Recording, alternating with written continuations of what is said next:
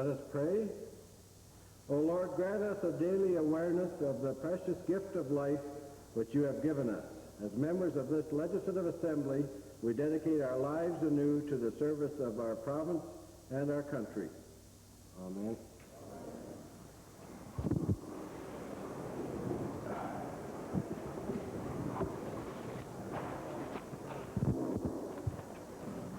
Introduction of visitors. Presenting petitions.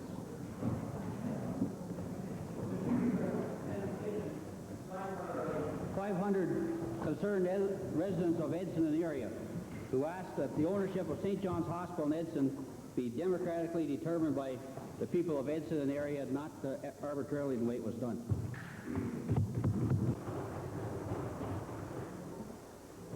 Reading and receiving petitions. Presenting reports by standing and special committees. Notices of motion. Mr. Speaker, I give notice that at the end of question period, I will be rising under Standing Order 40 to introduce the motion, be it resolved that the Legislative Assembly commend the City of Calgary for the establishment of a volunteer task force on community and family violence, and be it further resolved that the Speaker convey this resolution to His Worship Al Duer, Mayor of the City of Calgary. Introduction of bills. Member for Vegreville. Mr. Speaker, I request leave to introduce a bill on behalf of my colleague, the Honourable Member for Edmonton Strathcona, Bill 283, the Interest Charge Review Board Act.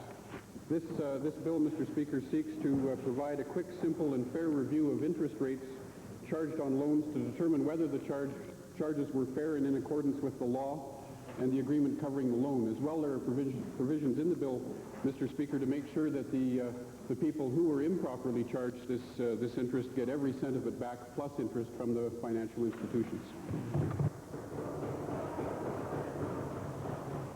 Having heard the motion of the Honourable Member for Vegreville for first reading of Bill number 283, Interest Charge Review Board Act, would those in favor of the motion please say aye. Aye. Opposed? Carried. Bill number 283, Interest Charge Review Board Act, introduced by the Honourable Member, Mr. Fox, is now read a first time. Tabling returns and reports.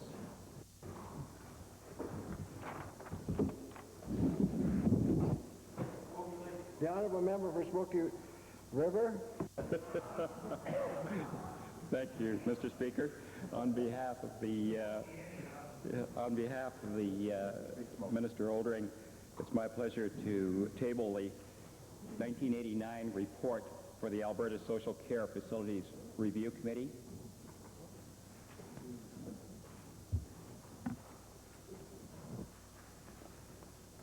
Introduction of special guests. The Honourable Minister of Consumer and Corporate Affairs.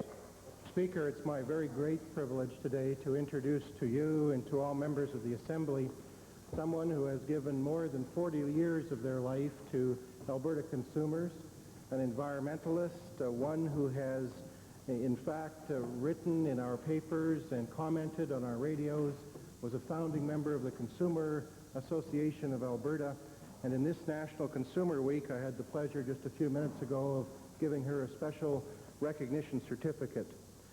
Ethel Marlis is in your gallery, Mr. Speaker, and she is one who I'm sure all members of the Assembly would want to congratulate and to thank for her commitment to Albertans. I'll ask her to...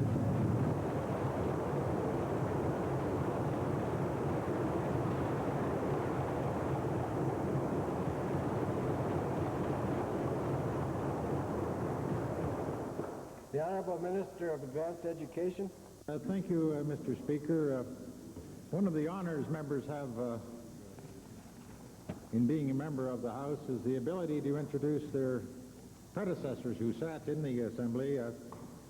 I'm very honored today, as I hope other members will be, to see sitting in your gallery the Honourable Mr. Dick Grunwald, who sat as the member for Lethbridge West, the first ever member for Lethbridge West, 1971-75, Mr. Speaker, and he lived through that time that many of us only seem to talk about and remember, the great days when Alberta was coming of age under the former premier of this province, and we went through those great oil wars. I'd like the Honourable Mr. Grunwald to stand and receive the welcome of the members of the House.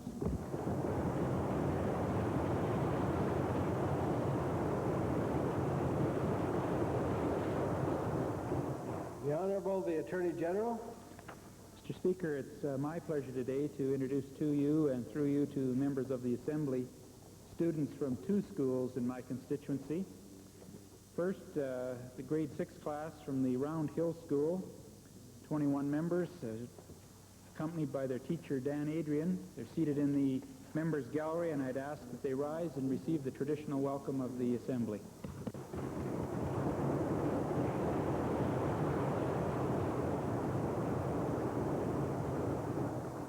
Also, I'd like to introduce 18 people, 14 students, grade 6, accompanied by their parents, Bonnie McLeod and Cindy Norheim, bus driver Darrell Albers, and their teacher, Mrs. Margaret Pirro, students at Balf School, and they're also seated in the members' gallery, and I'd ask that they stand and receive the traditional welcome of the Assembly.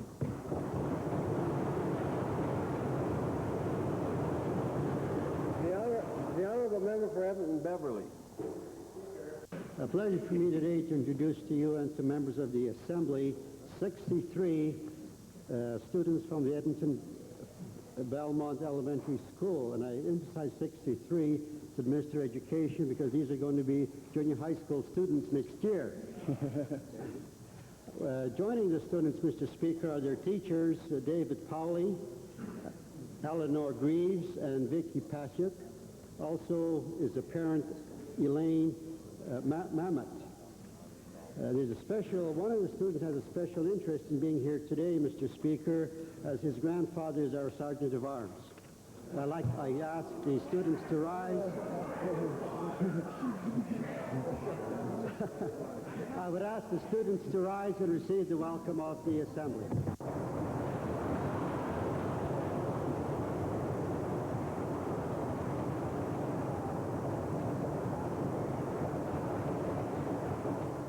The Honourable Member for Banff Cochrane.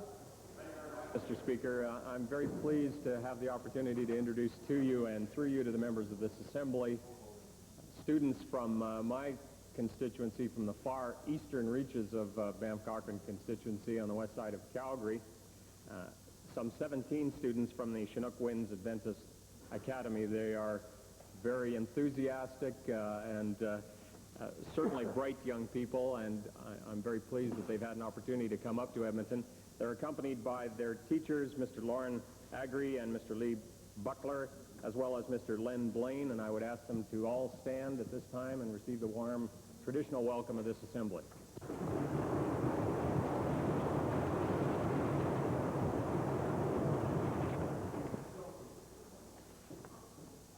The Honourable Member for Vegreville. Thank you, Mr. Speaker. I'm pleased to introduce to you and to members of the Assembly a group of men and women from around Alberta involved in small business and agriculture who are here today to meet with various members of the legislature to discuss their concerns about bank interest overcharges and seek some action on the issue. They're seated in the galleries accompanied by the borrower's advocate, Mr. Larry Whaley, and his partners, Dorothy Mandy and Gary Whaley, and I'd ask them to please rise and accept the warm welcome of members of the Assembly.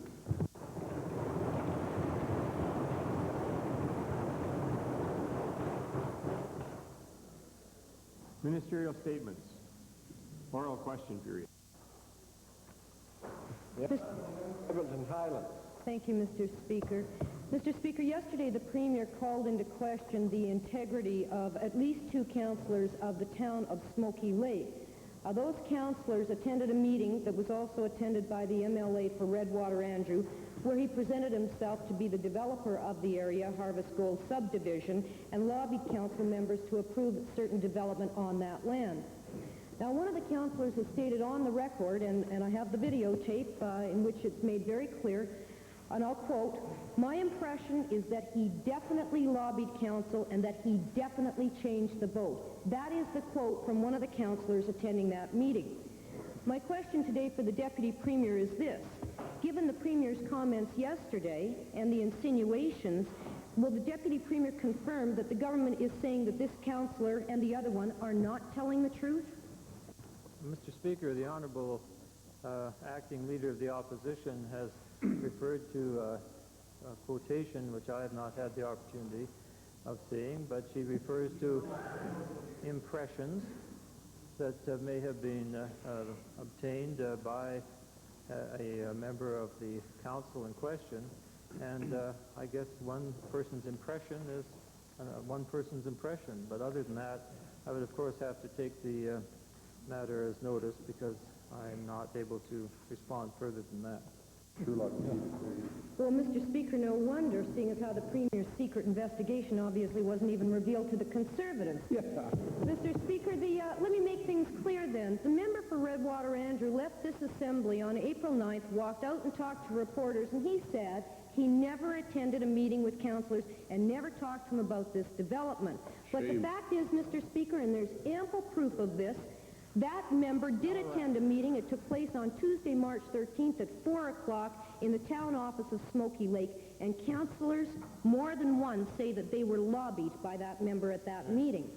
Now, Mr. Speaker, I'd like to know this, if the Deputy Minister can answer, and I'm not sure he can.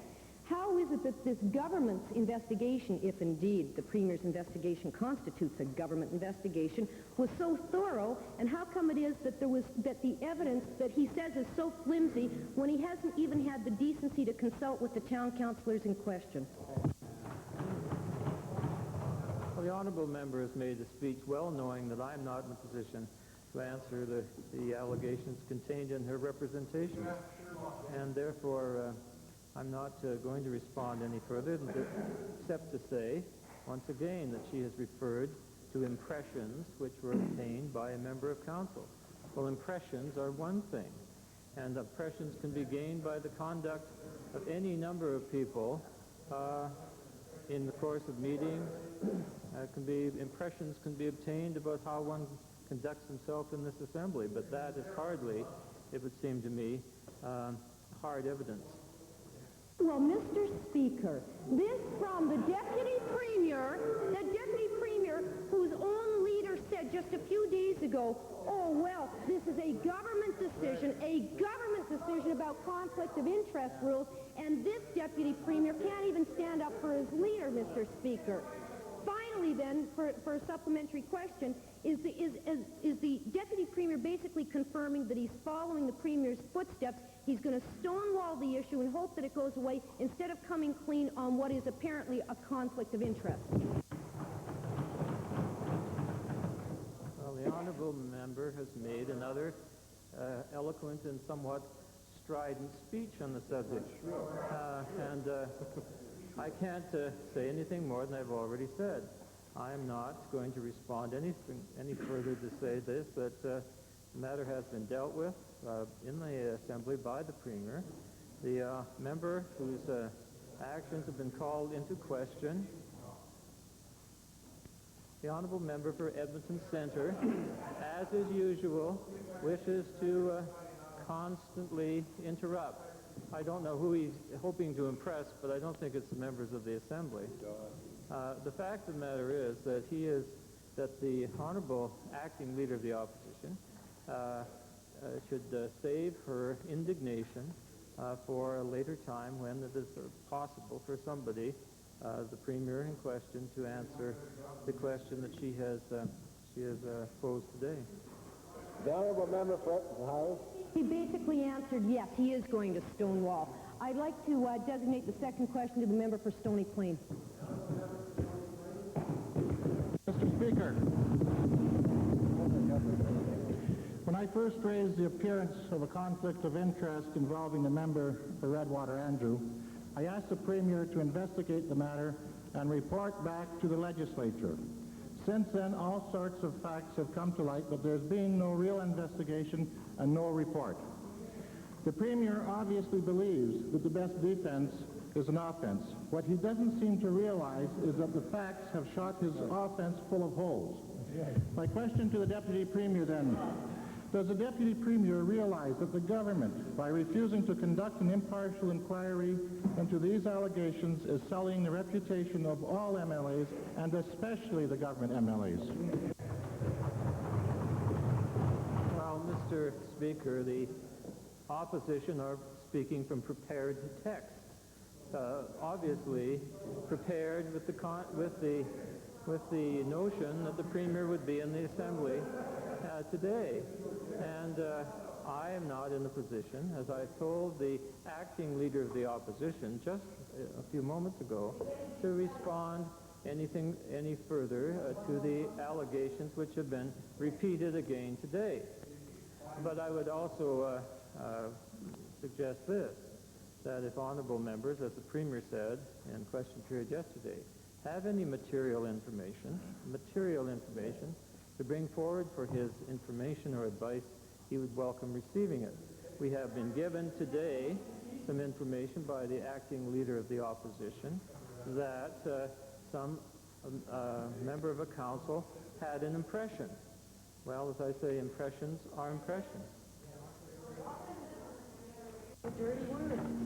Well, it appears that the Deputy Premier is well prepared to stonewall. That's right. One thing we know for sure is that there are no rules governing the business activities of MLAs in this province, and the government saying that that's okay.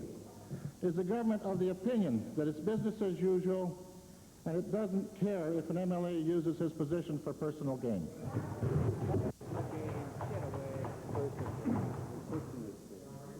The honorable members of the NDP continue this line of questioning for the purpose, obviously, of continuing to cast into doubt the integrity of a member of this Assembly who has come before the Assembly and advised the Assembly of the facts of the situation. I would say this to the honorable member for Stony Plain. Well, we have three members of the opposition who continually interrupt. The member for Highlands, the member for Vegreville, the member for Edmonton Centre. They do not want to hear my response, and therefore I would just take a few moments then to let them settle down while I respond to the member for Stony Plain.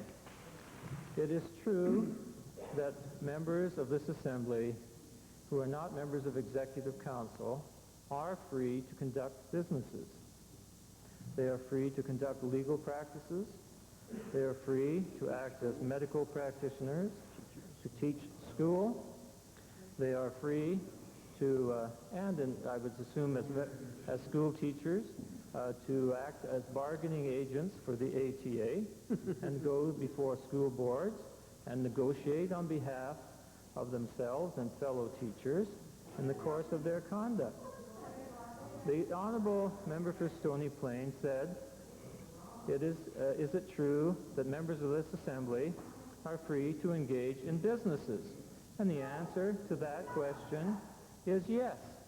Members of this Assembly are entitled to carry out their ordinary business. They are not to be deprived of being in business whilst they are members of this Assembly, unless they are members of Executive Council, where they are, of course, expected to devote full time to those responsibilities. Mr. Speaker, this is different. This is very different. The MLA went to town council to get development approval for a project on land he said he owned. If that doesn't look like conflict, I don't know what does.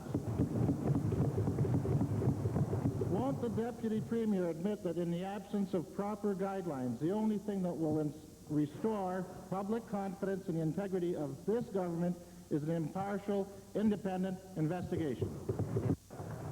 Well, Mr. Speaker, the NDP have continued their scripted questions addressed to me as the Deputy Premier.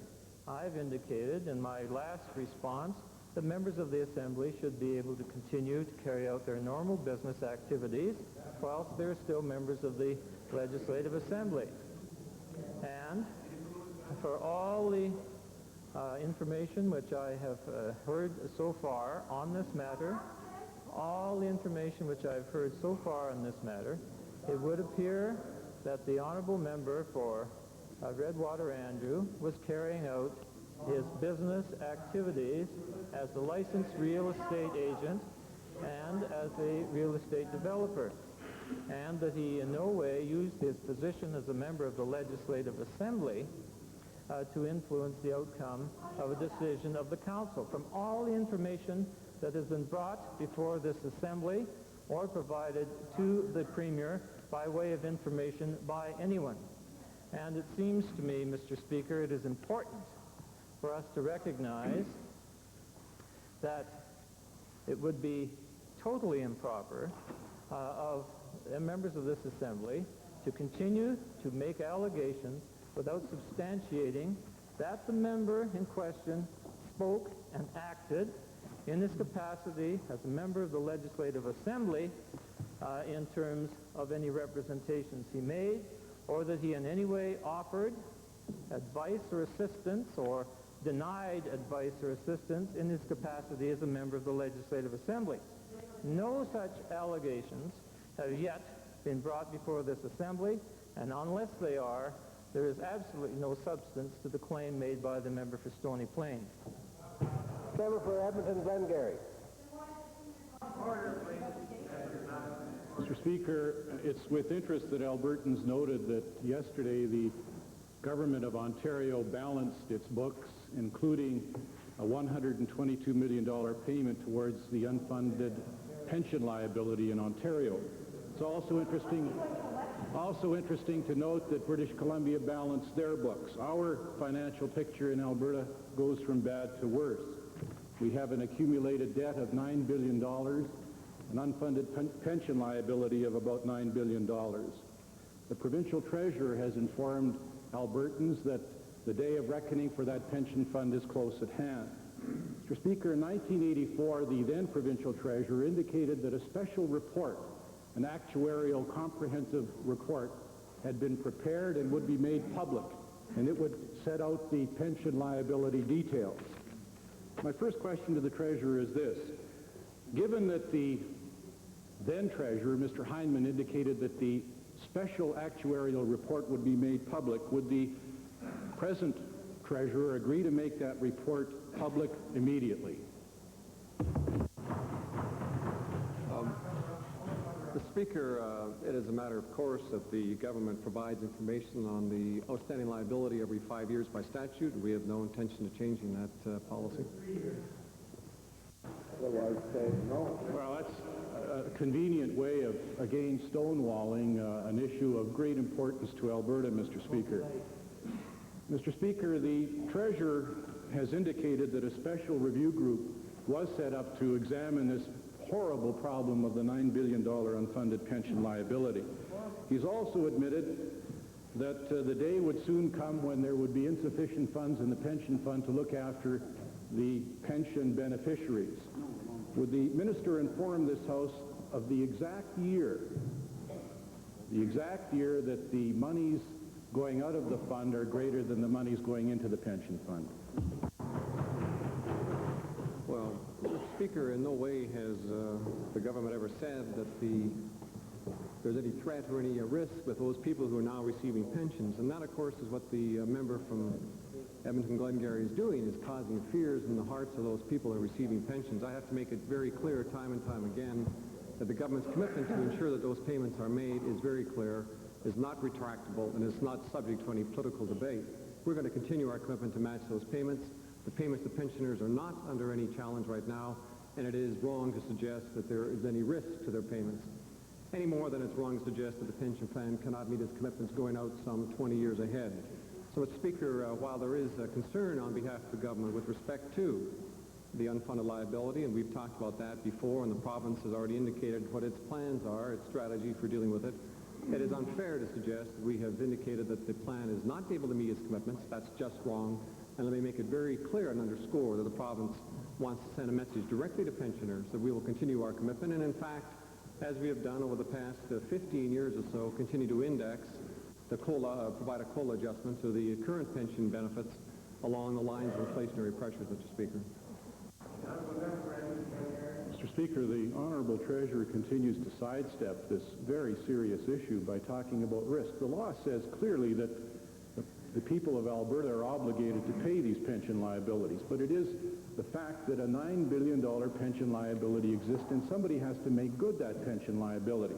Now, Mr. Speaker, the Treasurer previously indicated that a plan would be brought forward, a plan to deal with this unfunded pension liability. We're soon concluding the budget of our province. When, Mr. Speaker, will the Treasurer bring forward the details of the plan on dealing with this very serious problem? Well, again, Mr. Speaker, the member has failed to provide all the information. He finds it convenient to talk about the size of the liability, which, by the way, he's using the wrong statistic. But secondly, he fails to bring into consideration the fact that the plan does have assets close to $4 to $4.5 billion. While there is an unfunded liability, which we have agreed to, Mr. Speaker, we have made every effort possible to ensure that the current commitments are matched by the contributions. And of course, Mr. Speaker, we are continuing to look at ways in which we can improve it. We are in the process, Mr. Speaker, of doing a variety of things which deal with the question of pensions, but I will not answer to the member from Glengarry. I answer the members of my caucus. The honourable member for Bow Valley. Question is to the Honourable Minister of Forestry, Public Lands and Fish and Wildlife. Mr. Speaker, there's a shortage of trout for stocking lakes and ponds in Alberta, mainly due of the virus that was been found in the Alberta fish hatchery. But now municipalities feel the importance of stocking the ponds and lakes with trout for their tourism industry, so they are saying now that they're prepared to pay for fingerlings for stocking their lakes. Private industry is prepared to raise and sell trout for stocking lakes. The problem is that they have to be biologically tested for virus, and they're not able to get anyone with the expertise to test the trout. So I'm wondering if the Department of Forestry, Public Lands and Fish and Wildlife would get involved in assisting a private industry to test their fish for viruses.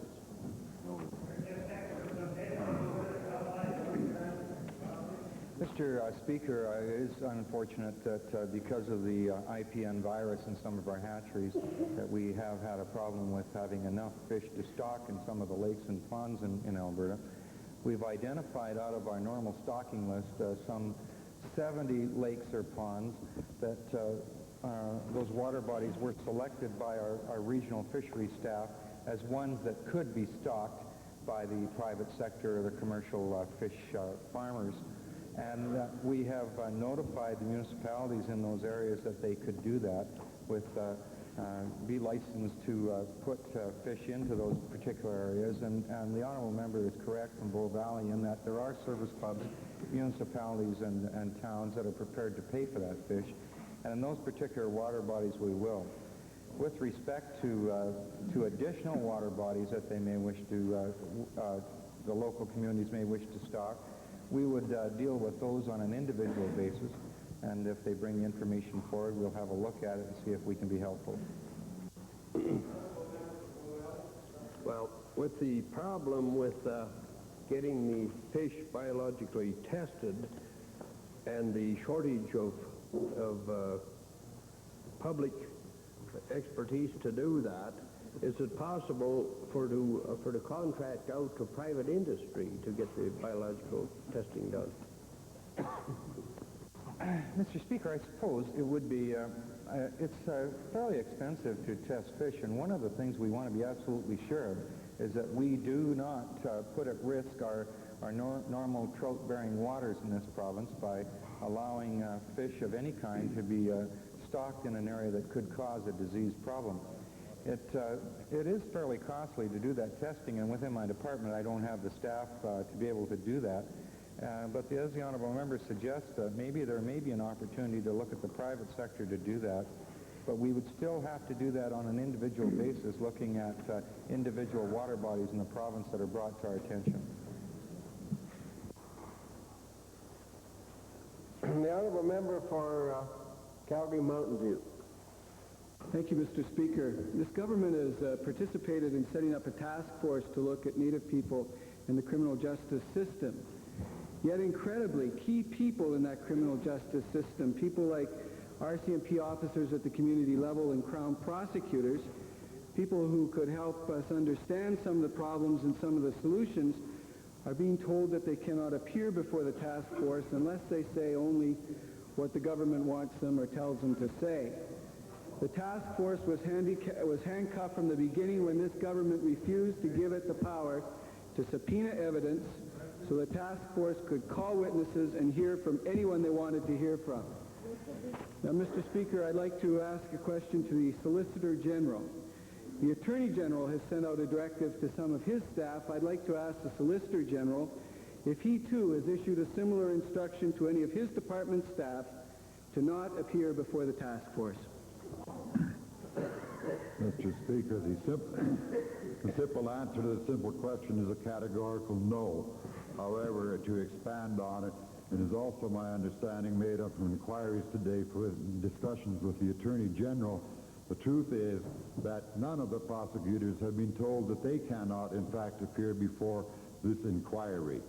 In respect to the RCMP, or further to the prosecutors, what will be wanted, of course, is an official position from the prosecution department of the Attorney General's department. However, we do expect and welcome individual prosecutors to bring forward their personal views to this inquiry as well. With respect to the Royal Canadian Mounted Police, these people are guided by the policies of K Division headquarters under the direction of Assistant Commissioner Gordon Craig, and I will be meeting with the Assistant Commissioner to further discuss what the RCMP input will be into this inquiry. Generally speaking, Mr. Speaker, we are encouraging all people to come forward so that we can get as broad an inquiry conducted as possible in order to get to the real issues of Native justice and why they're in a disproportionate number of them in jail. Mr. Speaker, the mandate of the task force is such that no individual, including individual prosecutors, can appear before the task force. Anyone appearing before the task force has to be representing organizations. So I find it quite preposterous that this government sets up what they want us to believe is a legitimate inquiry into an important issue and then frustrates the participation of its own departmental staff. To the Deputy Premier, can he tell us whether his government will attempt to restore public confidence in the task force by rescinding the order given by the Attorney General and amending the terms of reference so the task force can subpoena witnesses and do a real and complete investigation of these issues? Right on.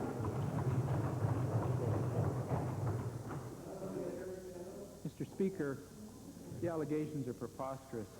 The task force was established to review a number of studies and literature, to hear from all parties, and it was crafted together with the Indian and Métis representation for all of the Native population.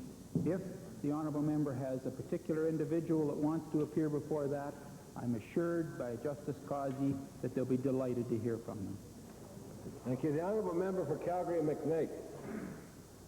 Mr. Speaker, the Department of Education in its sixth estimate since December 1989 is now saying that there will be a shortage of 350 teachers in this province by September 1990. This at a time when faculties of education have enrollment caps. Would the Minister of Education confirm that his own department officials are predicting a teacher shortage? Mr. Speaker, I can confirm that I am concerned, and all of my colleagues in government are concerned, about the possibility of a future shortage sometime down the road.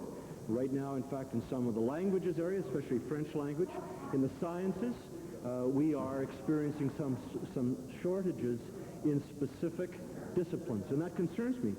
So much so, Mr. Speaker, that the Honourable Minister of Advanced Education and I met with representatives of the 4 faculties of education, the Alberta Teachers Association, the School Trustees Association, and the Conference of Alberta School Superintendents to ask for their help and to come back to us with recommendations on how we can avoid, so that we can eliminate the possibility of a teacher shortage. And as well, the Council on Alberta Teaching Standards will be holding a conference on the future of teacher education later next month to address this specific issue. And naturally, Mr. Speaker, I welcome the honourable member's suggestions, recommendations on how we can ensure that all children in this province, when they go to school on September 1, 1990 or 95, is ensured a teacher, a qualified teacher, to be in front of those children. My second then question, Mr. Speaker, will be addressed to the Minister of Advanced Education. Will you, sir, meet with the Departments of Education and ask them to lift the enrollment caps in the faculties of education? Mr. Chairman, or Mr. Speaker, the honourable member is well aware that even members of the government can't have it both ways. We support, both in principle and financially, a board-governed system of post-secondary education where the responsibilities for serving the community, including teacher training, lies with those boards of governors. That's why they're funded, and I would certainly hope the honourable member is not advocating that we departmentalize all these institutions. Having said that, the Minister of Education shared just a moment ago our joint concern with regard to teacher supply, particularly with regard to the French language. I have been given some degree of assurance, Mr. Speaker, the institutions are well aware of that shortage and are presently addressing it. The honourable member for Athabasca-Lac-La-Biche. Thank you, Mr. Speaker. My question is to the Honourable Minister of Education. I understand recently the Alberta Teachers Association passed a resolution calling for a moratorium on all personal development in Alberta. Mr. Speaker, this is ironic. I have just met with representatives from 2 school boards in my constituency advising me of serious financial difficulties because of low industrial assessment base and the loss of young families due to unemployment in our area. Mr. Speaker, my question is to the Honourable Minister. What action will the Minister take to ensure that organizations such as the Alberta Teachers Association understand that we need jobs for our youth and we need industries to provide the necessary tax assessment base so we can have quality education in all parts of Alberta? Mr. Speaker, first of all, I welcome the teachers of Alberta expressing an interest and a concern for the environment in this province. I know all members of this Assembly welcome that concern, and I know the honourable member across the way shares that concern. But, Mr. Speaker, I share the concern of the honourable member, too, when I look at the tax base of the likes of the county of Athabasca, who has a higher than average mill rate and a far lower than the provincial average assessment or tax base, so that they can pay for an average amount of expenditure per student in that part of the province. So that kind of sustainable economic development must proceed. And Mr. Chairman, Mr. Speaker, I welcome the honourable member's question, and I would encourage him, just as I would encourage the Alberta Forest Association or the Alberta Chamber of Resources or other important groups like that, to meet with and attend the annual general meeting of the Alberta Teachers Association Specialist Council on environmental and outdoor education, because it is vitally important that that group of teachers, and that in fact all Albertans understand that we need a healthy environment. But so too must we have a healthy economic environment. And without the two, Mr. Speaker, working together in unison, we must ensure that happens, because when we do, then we will have a quality education system now and in the future.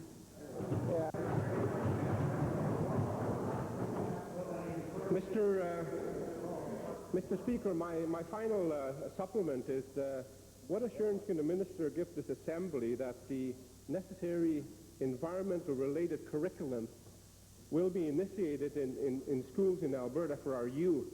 And in addition to that, I would suggest also the minister develop some curriculum for some opposition members and liberals that want to cancel thousands of jobs in northern Alberta.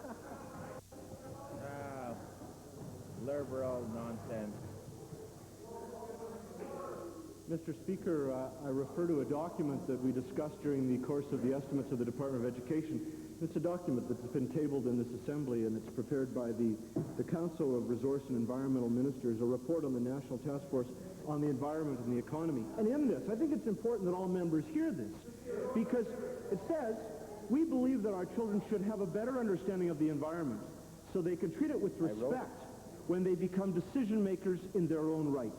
School curriculum must be changed to enhance understanding of how the environment and how the economy, how the two affect one another. And that, Mr. Speaker, is precisely what this government is doing. Right on. Sustainable economic development. That with the help of the likes of the Alberta Forest Association, the Public Advisory Committee on Environmental Education of the Environment Council of Alberta, of various other organizations, Mr. Speaker, we are ensuring that all of our students, from elementary school through to graduation, are receiving environmental education, not separate and apart from science, not separate and apart from language arts, but the whole theme of sustainable economic development is and must be woven into the fabric of that entire curriculum, Mr. Speaker. They don't like Honorable Member for Edmonton Belmont. The Honorable Member for Edmonton Belmont. Oh, thank you, Mr. Speaker. I was enjoying the verbose Minister of Education going on. Speaker, my questions are for the Minister of Occupational Health and Safety, and they concern the welding standards again, because there's a lack of legislation in our province that deal with welding safety standards. There are no laws requiring specific protective equipment for specified welding techniques. There are no minimum air exchange standards in welding shops. And there's no requirement, Mr. Speaker, for isolating welders from other processes that produce dangerous chemicals. And because of this lack of legislation, this lack of regulation, welders are getting sick each and every day in our province. Now, I want to ask the minister if he is prepared to sit down with representatives from industry and from labor to discuss and develop acceptable legislation that will reduce the exposure that welders have to these very dangerous chemicals. Mr. Speaker, I welcome the question because I think it is a serious matter and one that should be resolved. And I'd like to go back to the information that is available in a document that the government of Alberta invested some $127,000 and distributed widely throughout Alberta. This was done a few years ago. There's over 1,000 copies of that distributed across Alberta. It's part of NATE's certificate program in welding. It's used by the apprentice programs throughout the province. NATE has made representation to the unions, Alberta unions, to use it. And I'm really interested in the comments the information I received today is that the Alberta Plumbers and Pipe Fitters Union are going to meet and see if they can come up with better suggestions in regard to welding safety. And as I said yesterday or the day before, that my door's open. I'm welcome. Anybody and everybody that wants to meet with me in regard to safety for welders. And I would sooner see us do it on a voluntary basis than to have legislation forcing people to do it. If the information is there, surely we can distribute it across the province to the welders to make sure they use it. Well, Mr. Speaker, let me tell you that the government produced 1,000 of these copies. There's 10,000 welders in the province. That means that 9,000 are going without the information, and they're charging $172 for a package to get this information out to those welders who are in danger of breathing in those fumes. Now, I'm sure that members of the Boilermakers Union and the plumbers and pipe fitters would love to come over and have a beer with the minister. They can do that any time, but what I'm asking is the minister prepared to sit down and develop legislation that will safeguard the lives of these workers who are exposed to these dangerous chemicals? Is he prepared to sit down and develop that legislation? Mr. Speaker, I'm not aware of anybody charging $172 for this document. That document is done by the government of Alberta through NAIT and is distributed freely to all those involved. But if the honourable member suggests that should I meet with unions or somebody else, certainly I will. But I've had no proposal coming from them, and as I said, I'm really pleased that they're taking some attention to the welding safety guidebook that we have, and they want to verify what's in here to make sure it's right, and they want to do their own study. So if they want to meet with me, by all means, my door is open to welcome them to my office. The honourable member for Edmonton Meadowlark. Thank you, Mr. Speaker. Mr. Speaker, regardless of which projects are approved by this government for Northern Alberta, regardless of which of the two ALPAC proposals is accepted by this government, there is absolutely no need to delay the commencement of the baseline wildlife studies called for by the ALPAC review panel. In fact, these kinds of baseline studies and proper assessments of forestry management agreements are fundamentally required and can, if we must meet the fear of this government, proceed even as these projects are allowed to proceed. To the Minister of the Environment, could he please give us a clear commitment as to when he is going to initiate the baseline studies called for by the ALPAC review panel? Well, Mr. Speaker, the process has already begun. The Departments of Forestry Lands and Wildlife, officials from the Department of the Environment and other government departments are looking at the recommendations at this very moment as to determine as to how we should proceed in the future. We've indicated to the legislature that we will be undertaking a study of the fish on the lower reaches of the Athabasca River.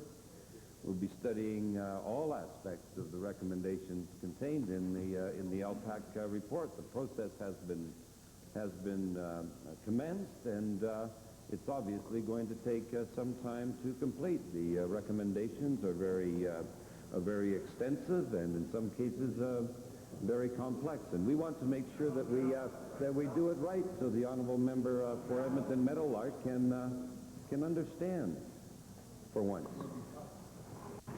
Will the Minister please make a commitment here and now that there will be open public hearings, there will be opportunity for public input, or is this process that he's outlining going to be like the Yakko Puri process, which is going to be done behind closed doors so that the public of Alberta can't have any input? Mr. Speaker, the honourable member's question, not surprisingly, is very confusing. It's the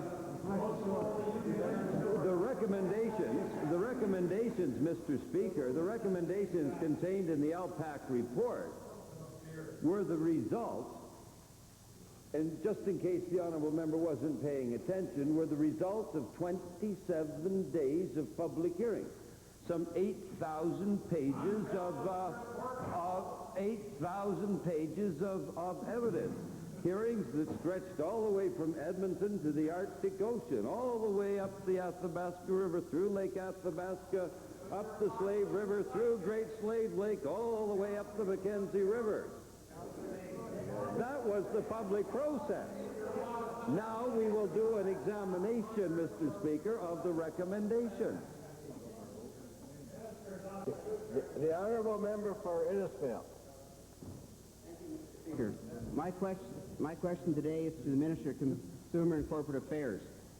I've had lots of correspondence from farmers and business people who feel that they've been overcharged on interest loans dating back before pre-1981.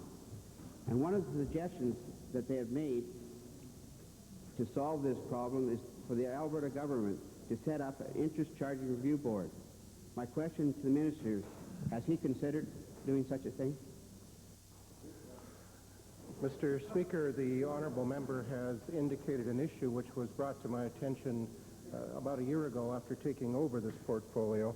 We had agreed at that point to look into the circumstances surrounding the alleged interest overcharges over the past year. and to try and determine whether or not there is a common thread with respect to those cases which would allow us to recommend some process other than the individual court process which individuals have a right to and are proceeding through. We have not concluded that examination, and we have not, Mr. Speaker, because of the complexities involved. We are looking at circumstances which are 7, 8, 9 years old and of national concern that are dealing with the chartered banks. And we are still in the process of trying to ascertain whether or not there is in fact a common thread through which we could suggest some mediation or some involvement of the Federal Farm Debt Review Board, or whether or not those individuals will have to proceed, as have others in the country with similar issues, through the court process. My supplementary is the minister, or my constituents that are in this problem have financial difficulties, some of them. Do they have to go to a lawyer, or is the department helping in any way on an individual case? Mr. Speaker, any member of the Alberta public who feels they have information that could assist us with respect to this particular issue, I would ask to take to our Department of Consumer and Corporate Affairs office. It would assist with that investigation of the individual issue. Certainly, if they want to proceed through the current process, they would need to go through the courts, as have other individuals.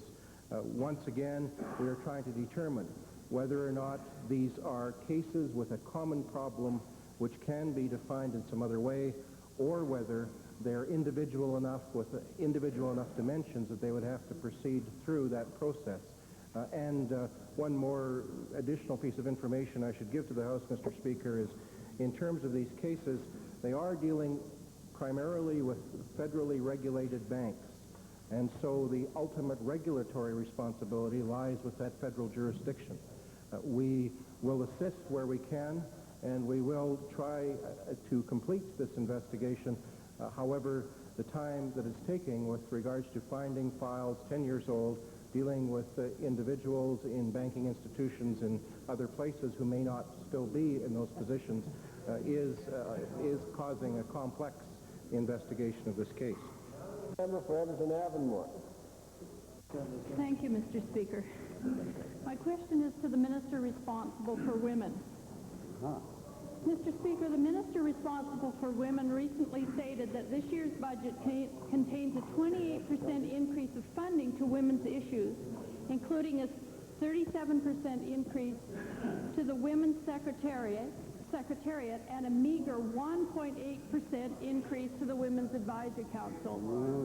Mr. Speaker, there is a difference between these two organizations. The Secretariat does pretty much what the government wants, while the Advisory Council advocates on behalf of Alberta women. My question is, how does the minister justify the relatively huge increase to a government bureaucracy while the advocacy body receives a minimal increase? Does she not want to hear what Alberta women have to say through their Advisory Council? Mr. Speaker, I want to hear from all the people of Alberta, the women and the men and the children, and time again. Let's not forget, and of course we'll have an opportunity next week to speak to these issues in my estimates. Nevertheless, let's not forget that much of the increase that went to the Secretariat went for stepping stones. It went for a program of awareness in family violence. It went for other programs of that nature, and that would account for the difference. We are talking about, nevertheless, a substantial difference in our total funding for women, programs in support of Alberta women. And I never like to pass by an opportunity to say once again, $130 million worth of funding in this fiscal year, which is a 14% increase over last and a 30% increase over 2 years ago, and we are in a deficit reduction budget. Now, I say that shows a great commitment to the women and all people of this province. Here, here. Order, please. The time for question period has expired. Is the unanimous consent to complete this line of questioning? Opposed? Carried. The honourable member for Edmonton-Avonmore. Well, Mr. Speaker, I'm not sure the minister is committed to hearing what the women of Alberta want. The Advisory Council reflects and researches the views of women on many issues, including the licensing of midwives and instituting pay equity legislation, and it has played a vital role in providing recommendations to the minister, of which far too few have been implemented. The budget allocated to the Women's Council fails to meet the cost of living, let alone recognize the increasing role of its role as an advocate for women. Will the minister now commit to implementing the many recommendations of the Advisory Council which so far have been ignored, and to adequately funding the Advisory Council? Mr. Speaker, it's a delight to be able to speak about the midwifery recommendations which the Council has just brought forward, and I believe the member opposite, in fact, is on record as supporting them, as is the Minister of Health and as is the Solicitor General and our member who is the chair of the Professions and Occupations Bureau. We have received those recommendations with a great deal of support, and we have, in fact, put that item on the top of it's a priority item for the Professions and Occupations Bureau to study. There are a number of stakeholders to consult with around Alberta, and we will be proceeding in that direction.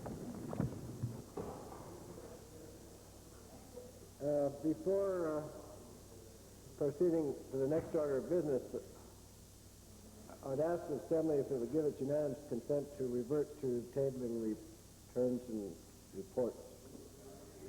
Opposed? The Honourable Member for Westlock Sturgeon. Mr. Speaker, I'd like to table 4 copies of a letter, Attorney General's Department, to all Chief Crown prosecutors.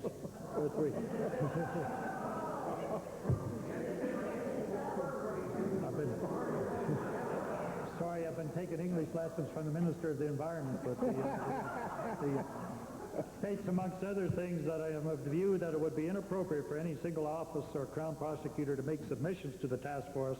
To certainly be seen as representing the department. As said, it remains for the Deputy Attorney General to determine that if any department... Order, please. Order, please. The Honourable may table, but he can't read the report. The member for Edmonton Avonmore has a motion to... Mr. Speaker, I rise under Standing Order 40. In view of the recent events which indicate an increasing incidence of the expression of violence of hatred through violent acts throughout this province, acts of violence that cannot be ignored, I would move the following motion and ask for unanimous consent. Be it resolved that the Legislative Assembly commend the City of Calgary for the establishment of a volunteer task force on community and family violence, and be it further resolved that the Speaker convey this resolution to His Worship Al Dewar, Mayor of the City of Calgary. Mr. Speaker, in speaking to the urgency of this motion, I would note recent incidents of racial violence, the violence that occurs against women and children in their homes on an almost daily basis, and violence that occurs on our streets and our public places, violence that reveals the seriousness of this problem. Mr. Speaker, it is incumbent upon all members of this Assembly to encourage and support local municipalities in their action to deal with this hatred, and it is incumbent on the provincial government to provide support in practical ways, including funding, to deal with the underlying causes of this violence as a way to preventing it. I would therefore ask for unanimous consent for this motion. Order, please. The Honourable Member for Edmonton Avonmore has moved a motion pursuant to Standing Order 40. Under this procedure, the House is required to give its unanimous consent. Is there unanimous consent? All those in favor, please say aye. Aye. Opposed? Carried. Now put the motion. The House has just given permission for the motion to be put. All those in favor of the motion proposed by the Honourable Member for Edmonton Avonmore, please say aye. Aye. Opposed, please say no. The motion is carried unanimously.